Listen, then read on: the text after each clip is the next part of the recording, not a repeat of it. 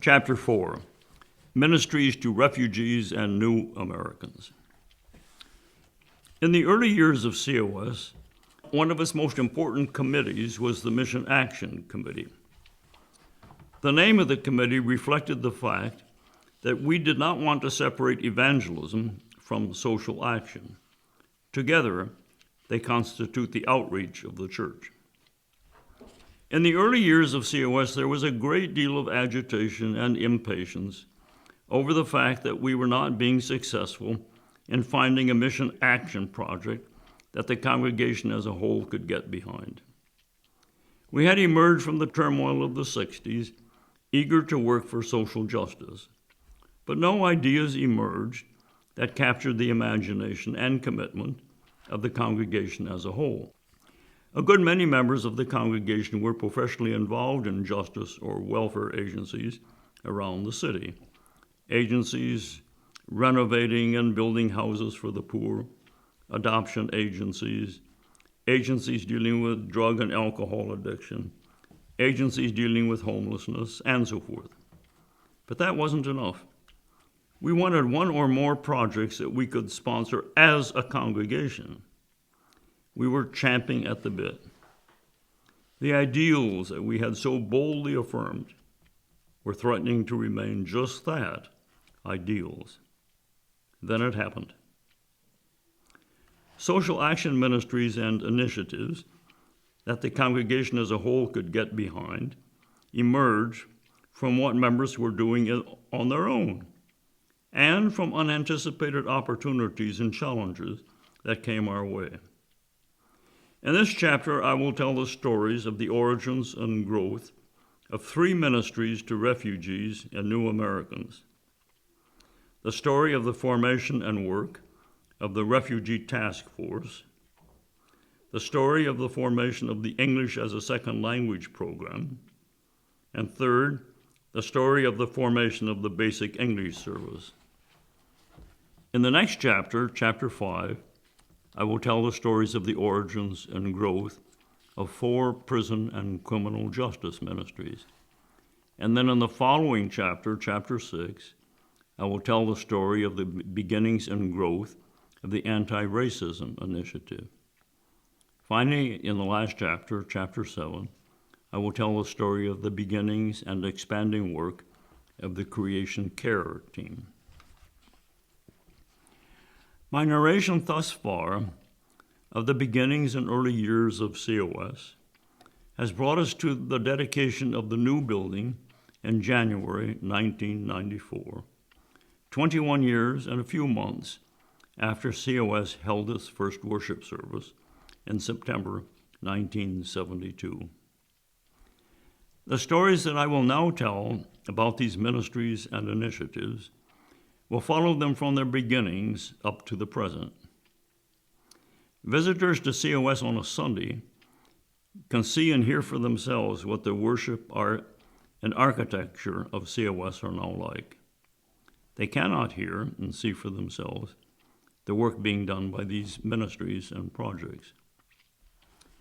Telling these stories has required me to go well beyond my own memories and files and to consult with those who have been active in these ministries and projects. I thank them warmly for their assistance. The stories have a great many moving parts, as it were. The challenge I've set myself is to tell the stories with enough detail for the reader to get a textured understanding of how these ministries and programs have developed, but not with so much detail that the storyline is lost and becomes a blur of names, dates, and acronyms. So the origins of the Refugee Task Force. The story of COS's ministries to refugees begins with the formation in May 1975 of the Grand Rapids-based organization Freedom Flight Task Force. The news in April of that year was all about the collapse of the government of South Vietnam and the attempt of those who had served in the South Vietnamese government or had assisted the U.S. military to escape retribution at the hands of the Viet Cong. Approximately 135,000 Vietnamese were flown by the Americans to military bases in the U.S., where they were given temporary housing and subsistence. In early May 1975, Reverend Howard Skipper, pastor of Bethany Reformed Church in Grand Rapids, accompanied by his wife Mary Bell, attended a national church conference at the Crystal Cathedral in Garden Grove, California. When closing the conference, Robert Schuler, founder and head pastor of the Crystal Cathedral, urged the attendees to go back home and make a difference. Find a need and fill it.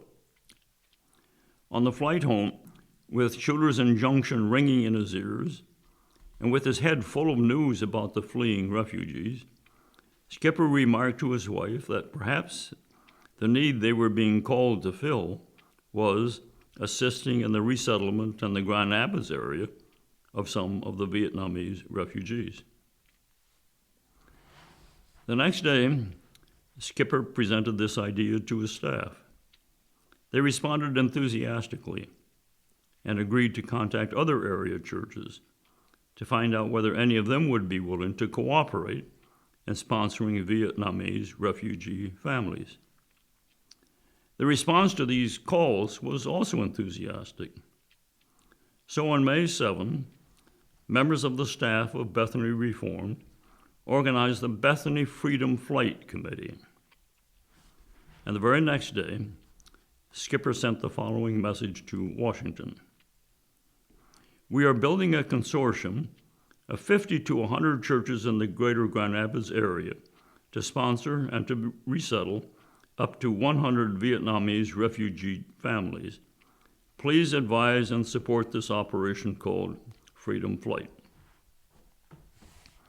A few days later, Skipper sent a letter to the State Department describing, in considerable detail, the services that he anticipated the Bethany Freedom Flight Committee would be providing to refugees.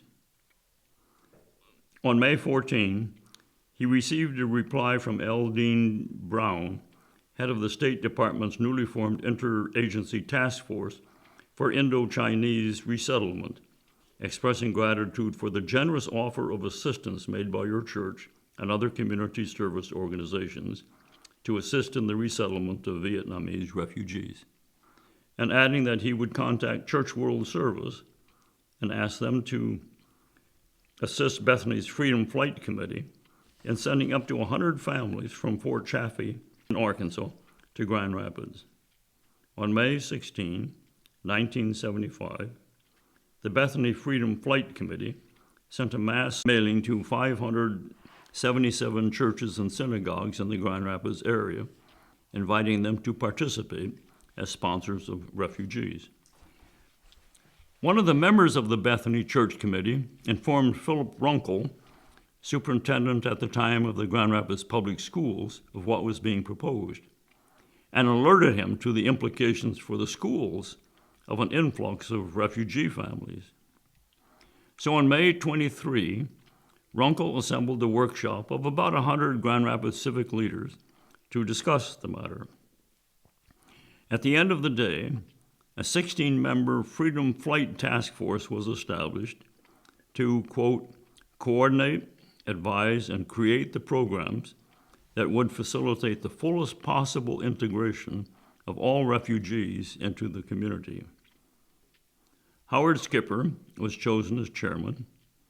Peter Vandermeulen, member of COS, and on the staff of Christian Reformed World Relief Committee, was chosen as one of its members. And he was instrumental in getting Church World Service to designate the local Freedom Flight Task Force as one of its resettlement affiliates. Members of the local task force assumed that it would take about 6 months for the goal to be reached of resettling 100 refugee families in the Grand Rapids area. And they were right. The 101st family was settled on December 6th of that year. Church of the Servant informed the local Freedom Flight Task Force that it and its members would be happy to sponsor some of the refugee families. Two families were sponsored by the church. Bob and Hope DeYoung, who would soon become members of COS, also sponsored a family.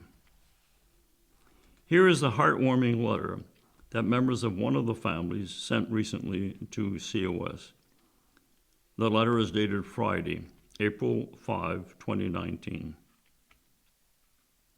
My sister, Kim Pham, and I, Luking Nguyen, would like to write this letter to say a big thank you to all of you.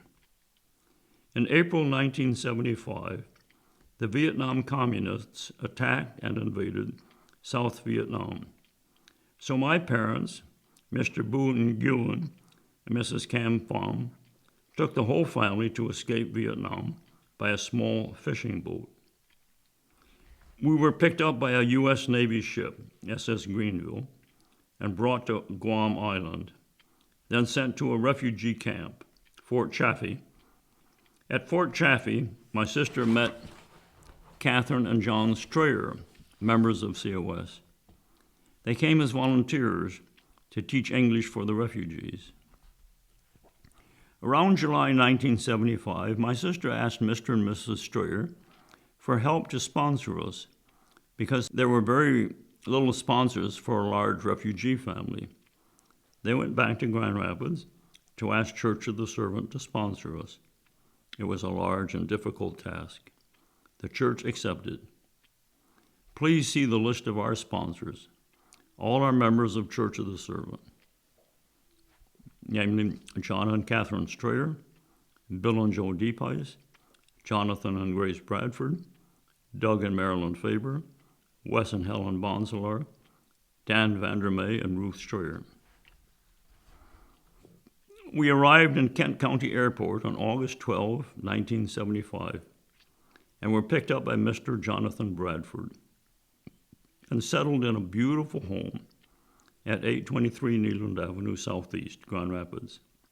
The house belonged to a medical doctor who only took $100 for rent and utility and glass and electric. We are now all retired after long careers in America. My sister, Kim Pham, wants to show our appreciation to the church, so she asks me to join her. We have our checks enclosed. We also want to send along here our graceful hearts and our lives for the Church of the Servant. Sincerely yours, Kim Pham and Luking Nguyen. The house on Neyland Avenue that these writers refer to was owned by John and Marty Reenstra, members of COS. John was, indeed, as the writer said, a medical doctor. After the great wave of refugees from Vietnam in 1975, the flow rapidly diminished. In 1977, just 7,000 Vietnamese refugees entered the entire U.S. Members of the Freedom Flight Task Force had committed themselves to continuing their work until the last of the Vietnamese refugees were resettled, and then to close up shop. That time appeared to have come. In 1978, the Freedom Flight Task Force disbanded. Church World Service agreed to take over whatever work with Vietnamese refugees in the Grand Rapids area might still remain. It called its program Freedom Flight. As it turned out, however, what appeared to be the end of the flow of refugees from Vietnam proved to be only a lull in the flow. In 1978 and 79, there was a second wave, consisting mainly of Vietnamese citizens of Chinese ancestry who were being singled out for special antagonism by the new government. Also beginning in 1978 and lasting until 1983, there was a third, larger wave, consisting mainly of impoverished Vietnamese farmers and fishermen called the boat people, because most of them had escaped from Vietnam in small fishing boats. And a few years later, there was a fourth wave of refugees from Southeast Asia, the foot people, as they were called, or the walking people, so-called because they traveled on foot into Thailand to escape political and social chaos in Vietnam, Laos, and Cambodia.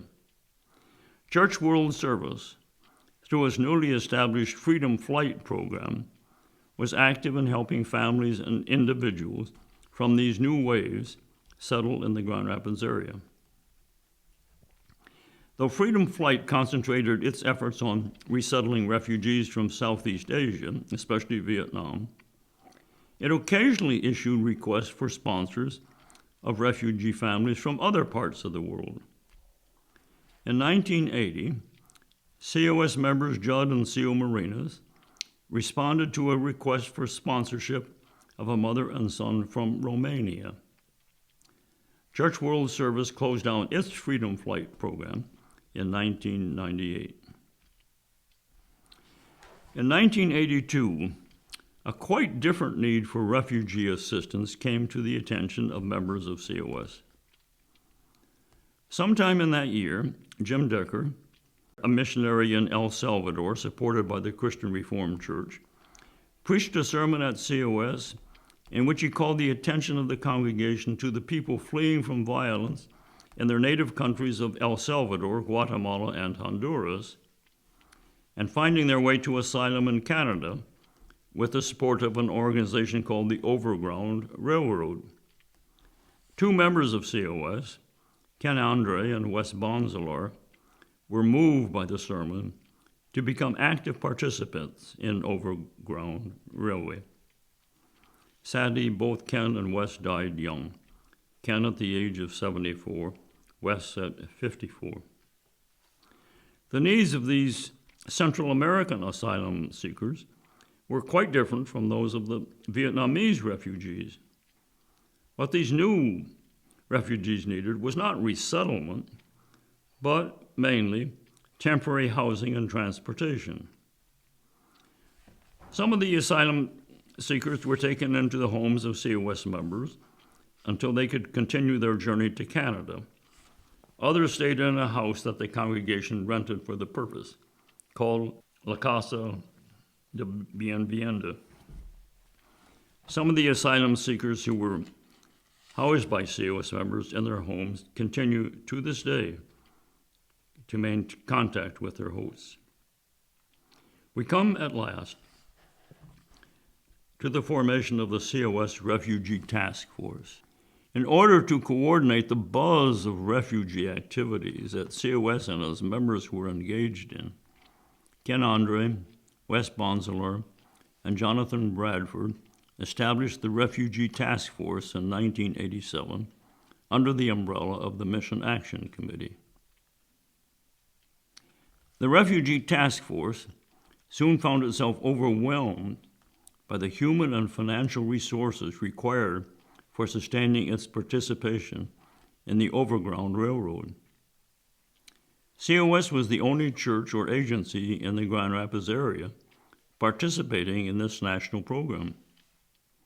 At the same time, members of the COS Refugee Task Force were becoming aware of a growing tide of refugees in the Grand Rapids area from countries other than Vietnam. Some of them, as it turned out, living in apartment complexes across Burton Street from COS.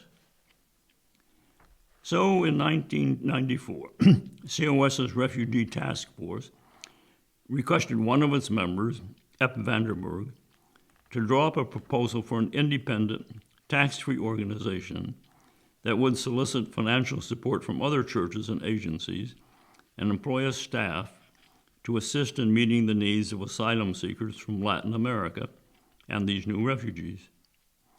What emerged was the formation in early 1996 of an organization called the Refugee Assistance Program, renamed a year later Program Assistance Refugee Acculturation, P-A-R-A. Para in Greek means alongside of, next to. In Spanish it means for or in order to. The original board of directors of PARA consisted of 5 members of the COS Refugee Task Force. The fledgling organization received a substantial startup grant from Classis Grand Rapids East and hired as its first staff COS members Naomi Madsen as director and Nita Vanderburg as case manager. Later, both the board and the staff were expanded to include members of other churches in the area. Through the influence of Peter Vandermeulen, then head of the Office of Social Justice of the Christian Reformed Church, and the denomination's representative on the committee supervising Church World International Refugee Program, PARA, local PARA, was designated by Church World Service as one of its resettlement affiliates. In May 1996, just a few months after the founding of PARA, Overground Railroad suddenly closed down, thus ending 14 years in which the refugee activity of COS members had consisted almost entirely of assisting asylum seekers from Central America to reach Canada, 17 altogether. Though it was expected, when PARA was founded, that it would work both with asylum seekers and with refugees seeking resettlement, its work now consisted exclusively of resettlement, functioning for the refugees now coming into Grand Rapids from many different countries in roughly the same way that the Freedom Flight Task Force had functioned for refugees from Southeast Asia. PARA coordinated its activities with Bethany Christian Services, a large, well-established, Grand Rapids-based organization that had expanded in several directions beyond its original mission of finding homes for orphans and abandoned or abused children, and was now operating several programs for refugees. PARA needed at least 10 refugee arrivals per month to support its staff and services. After 9/11, it went for 6 months with no arrivals. Judging that it was impossible to continue as an independent organization, it asked Bethany Christian Services to take it over on July 1, 2002, and it became one of Bethany's programs. As it turned out, the flow of refugees into the Grand Rapids area began again the very next month. The COS Refugee Task Force initially pledged to PARA that it would sponsor or co-sponsor 4 refugee families per year. It budgeted $3,000 per family, enough to provide a security deposit and rent for 3 months in one of the apartment complexes across the street from COS. Church members contributed generously by helping refugees find jobs, driving them to medical appointments, assisting them in court cases, collecting clothes and household goods, guiding them through the process of becoming citizens, and so forth. Of the many members of the congregation who have contributed time, energy, and resources to the work of the Refugee Task Force and PARA, none has contributed more over the years than Nita Vanderburg. First, for more than 10 years on the staff of PARA as case manager, then for the past 10 years, managing cases on a volunteer basis. She has assembled welcome packs for new arrivals, helped them get settled in apartments, befriended them, followed their progress, all the while keeping meticulous records. Her steady, patient work and her empathy have been extraordinary and indispensable.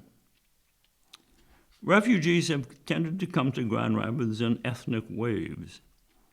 After sponsoring a number of Vietnamese families in the early 90s, from 1998 to 2006, the Refugee Task Force sponsored a scattering of families from Bosnia, Iran, Russia, Liberia, Rwanda, and Sudan. Then, in 2007, Burmese families began arriving from Malaysia and Thailand. This was followed in 2012-2013 by an influx of families from Nepal and Sri Lanka. In the last few years, most of the refugees settled by the Refugee Task Force of COS have been from the Democratic Republic of Congo. Altogether, the Refugee Task Force has sponsored as of date, around 400 families and individuals on an average of about 20 per year. The beginnings of the English as a Second Language program. I move on to English as a Second Language program at COS, now called Friendship ESL. Recall that not long after COS built at its present location, members became aware of the fact that a large number of refugees were living in the apartment complexes across Burton Street from the church. Recognizing that most of those refugees needed instruction in English, in 1996, the Refugee Task Force began holding classes in English as a second language in the COS building. A year later, 1997, Grand Rapids Public Schools took over the program in cooperation with Lutheran Social Services of Michigan. In 2001, Grand Rapids Public Schools had its funding for the program withdrawn, and the Lutheran Social Services took over the program on its own, funded with a federal grant. In 2006, Lutheran Social Services federal grant ran out, and the COS Refugee Task Force took over sole sponsorship of the program. Throughout these transitions in sponsorship, a considerable number of COS members volunteered as tutors in the English as a Second Language program. In 2007, 3 members of COS who had recently retired from their teaching positions and had joined the program as tutors were appointed as a steering committee. Connie Heisman retired from teaching 6th grade social studies in Jenison. Barbara Carville retired from teaching German at Calvin College, and Helen Bonzalar retired from teaching art education classes at Calvin for majors in elementary and secondary education. Finding the ESL program rather disorganized, they set about restructuring it. In this, they received valuable assistance from Grace Self, who had been leading the program when it was sponsored by the Lutheran organization. Together, these people shaped Friendship ESL into a first-rate program. Connie used her experience in elementary education, Barbara, her experience as a language teacher, and Helen, her experience in teaching prospective elementary and secondary teachers, the 3 of them to assemble a corps of excellent tutors, a curriculum, and an extraordinary library of teacher resources for those who had never taught language or had never taught at all. The contribution of these 3 to the success of the program cannot be exaggerated. After a few years, the press of other responsibilities forced Helen to step down. And in 2013, Connie and Barbara also stepped down from their positions as co-directors. Currently, Mark Fackler heads up the program with the title of coordinator. Classes are held during the school year on Tuesday and Wednesday mornings and on Tuesday and Thursday evenings. Presently, 24 classes per week during the school year. In the 2018-19 school year, there were 2,482 attendees in 502 class sessions with a staff of 61, all of them volunteers, many, though not all, from COS. Over the course of a typical year, there are students from around 30 different countries. Citizenship training is also offered, in addition to language instruction. The Friendship ESL classes are open to members of all religions and to persons of no religion. There are no prayers or devotions in the classes, no attempts to evangelize. But ESL students, surrounded by the love and prayers of the church, are regularly invited, outside of class time, to learn more about Christian faith and life. Those who express a desire for worship and a longing for more fellowship than attendance at the language classes provides are invited to worship at COS and to participate in various COS activities. Let me quote a few sentences from a note sent to me by Connie Heisman. One of our goals, besides teaching English, has been to provide a safe place for refugees to be, to have them know that we would be honest with them and trustworthy, that we would treat them with dignity and respect. It has been an awesome blessing to be with them and to become friends with them. The beginnings of the All Nations service. In a meeting of the Refugee Task Force in 2008, Helen Bonsalar took note of the desire for worship that students in the ESL program sometimes expressed, and of their longing for fellowship, and went on to observe that ESL students had difficulty understanding the English used in the worship services of COS, and found that their language classes gave them little opportunity for the fellowship that they longed for. So Helen floated the idea of a worship service for refugees, in which somewhat simpler language was used and genuine fellowship could be experienced. Jean Rubin, chair of the Refugee Task Force at the time, asked Helen to work up a proposal. She agreed, on the condition that Nola Galich, also a member of the Refugee Task Force, would work with her. So in early 2009, Council approved the formation of what for some years was called the Basic English Service, now, as of July 2022, the All Nations Service. The first service was held on April 19, 2009. All Nations Service has a worship space of its own in the COS building. The liturgy has the same traditional structure as that in the large sanctuary service, always culminating in the Lord's Supper. But there is a conscious attempt on the part of the leaders, the preachers, and those who write the liturgy to simplify the language. Translations of the day's scripture readings in a few of the more common native languages of the participants are distributed. And to encourage those who are still learning English and to demonstrate unity, scripture is often read aloud by someone whose native language is not English in an English translation aimed at those who are not yet fluent in the language. To aid in comprehension, somebody prepares visuals to accompany the liturgy, the scripture readings, and the sermon. At the time of the prayers of the people, participants voice aloud their prayer requests. These are projected on a screen for all to see. And a member of the congregation then leads the prayers, either in English or in his or her native language. At the end of the service, the participants form a circle around the perimeter of the room, holding hands, singing. Music is selected from a variety of global worship sources.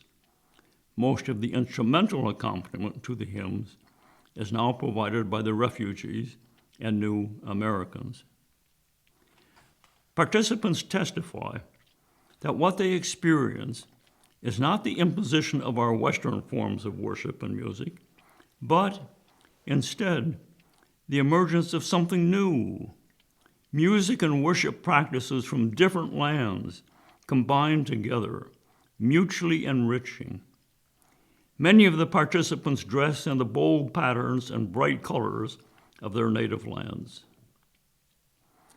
It would take a cold heart not to be moved by the vibrant worship, warm fellowship, and bright colors of this microcosm of the worldwide church.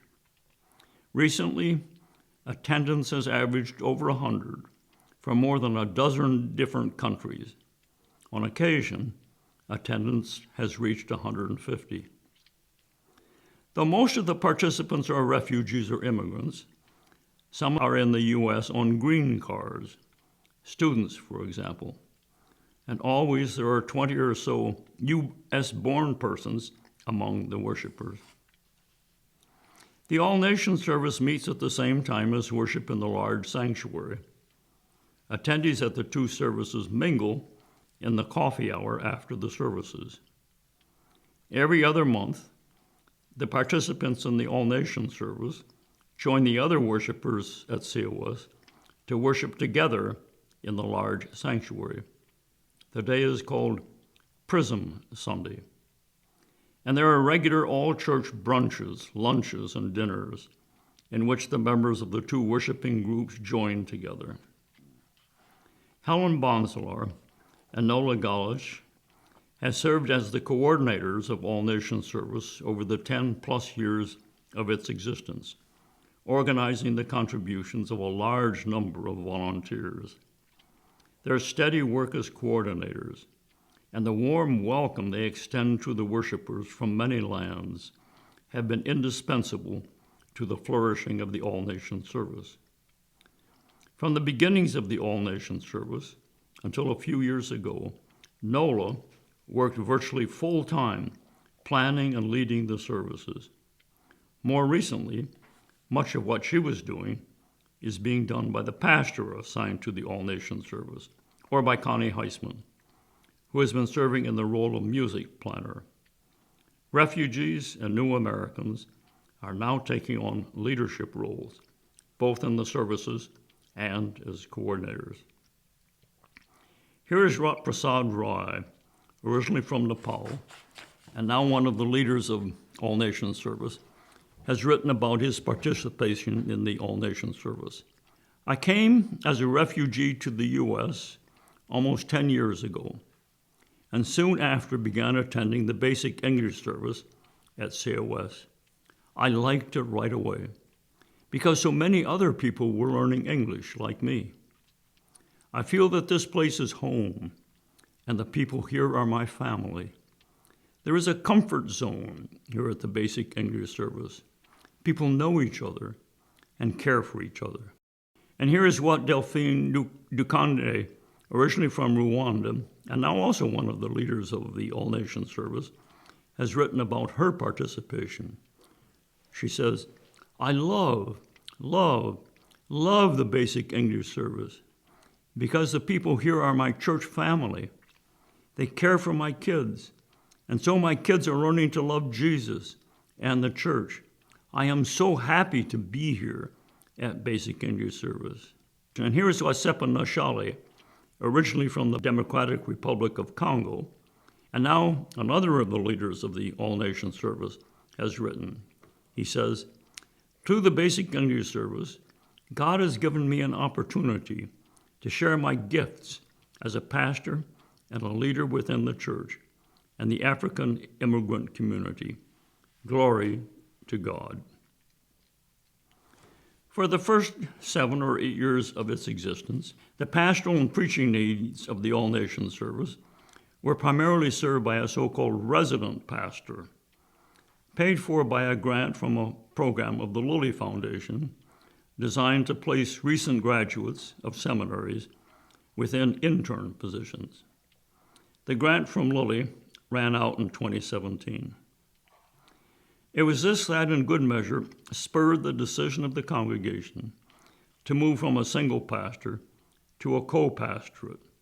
One pastor responsible mainly for the service congregation meeting in the large sanctuary, the other pastor responsible mainly for the All Nations congregation. The participation in the All Nations service were delighted that Andrew Mead, who had already been active for a number of years in the All Nations service as resident pastor, and whom they had come to love, was designated as their pastor. He welcomes them warmly, recognizes them after just 1 or 2 meetings, remembers their often unfamiliar names, elicits their concerns, preaches at a level that they can comprehend, and exudes a warm and deep spirituality. The All Nation Service has become a much-loved and prized component of Church of the Servant. It's a great blessing to all of us. On Sunday, April 7, 2019, the church celebrated the 10th anniversary of the All Nations service. A number of other churches in the Grand Rapids area also sponsor worship services for refugees and immigrants. I'm told that the worshipers in these other services are almost all from a single ethnic group. The All Nations service at COS stands out in that the worshipers represent a truly amazing number of different nationalities from around the globe: Africa, Asia, the Middle East, Latin America. It is, as I said earlier, a microcosm of the world church.